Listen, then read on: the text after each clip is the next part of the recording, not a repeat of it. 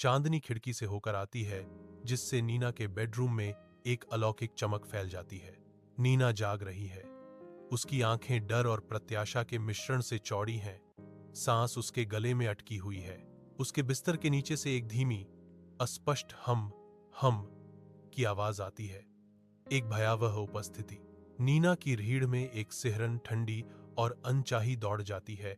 जैसे ही आवाज बनी रहती है, उसकी उंगलियां बेडशीट पर अपनी बेताब पकड़ कस लेती हैं।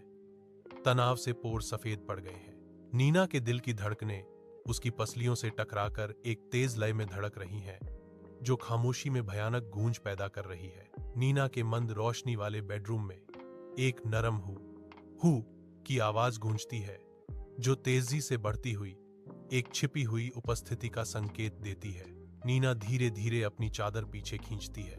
उसका चेहरा डर और बढ़ती जिज्ञासा का एक कैनवास है। उसकी आंखें नीचे झुकी हुई हैं, जो आशंका और एक अजीब आकर्षण के मिश्रण को दर्शाती हैं। वह रहस्यमय आवाज से आकर्षित होकर अपने बिस्तर के किनारे तक सरक जाती है, अज्ञात में वेंचरिंग करती है। अपने बेडरूम के घुटन भरे अंधेरे में नीना के कांपते हाथ बिस्तर के नीचे पहुंचते हैं। एक खामोश डर उसे जकड़ लेता है। उसका दिल तेजी से धड़कता है, क्योंकि एक चेहरा धीरे धीरे परछाइयों से उभरता है, जो उसकी अपनी विशेषताओं को दर्शाता है। वही आंखें, नाक और होंठ वापस घूरते हैं। दम घुटने वाले अंधेरे में एक भयावह प्रतिबिंब। यह उसका अपना चेहरा है, जो उदासी से विकृत हो गया है। गहराई से उभरता हुआ एक भयावह हमशक्ल, एक फुसफुसाहट ठंडी और जिद्दी खामोशी को चीरती है। ऊपर मत देखो। नीना की सांस गले में अटक जाती है। उसकी अपनी परछाई उसे एक खामोश चीख में जकड़े हुए है। नीना जम जाती है। आतंक से ग्रस्त उसकी आंखें अविश्वास से चौड़ी हो जाती हैं। उसके चारों ओर का कमरा एक घूमता हुआ दुहस्वप्न है। उसकी नजरें बिस्तर पर टिक जाती हैं।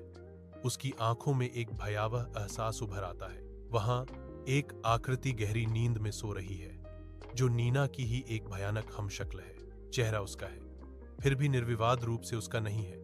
मंद रोशनी में एक भयावह प्रतिबिंब। नीना का चेहरा शुद्ध, बेदाग सदमे के मुखौटे में बदल जाता है। उसकी दुनिया बिखर जाती है। नीना अपनी सांस रोके खड़ी है।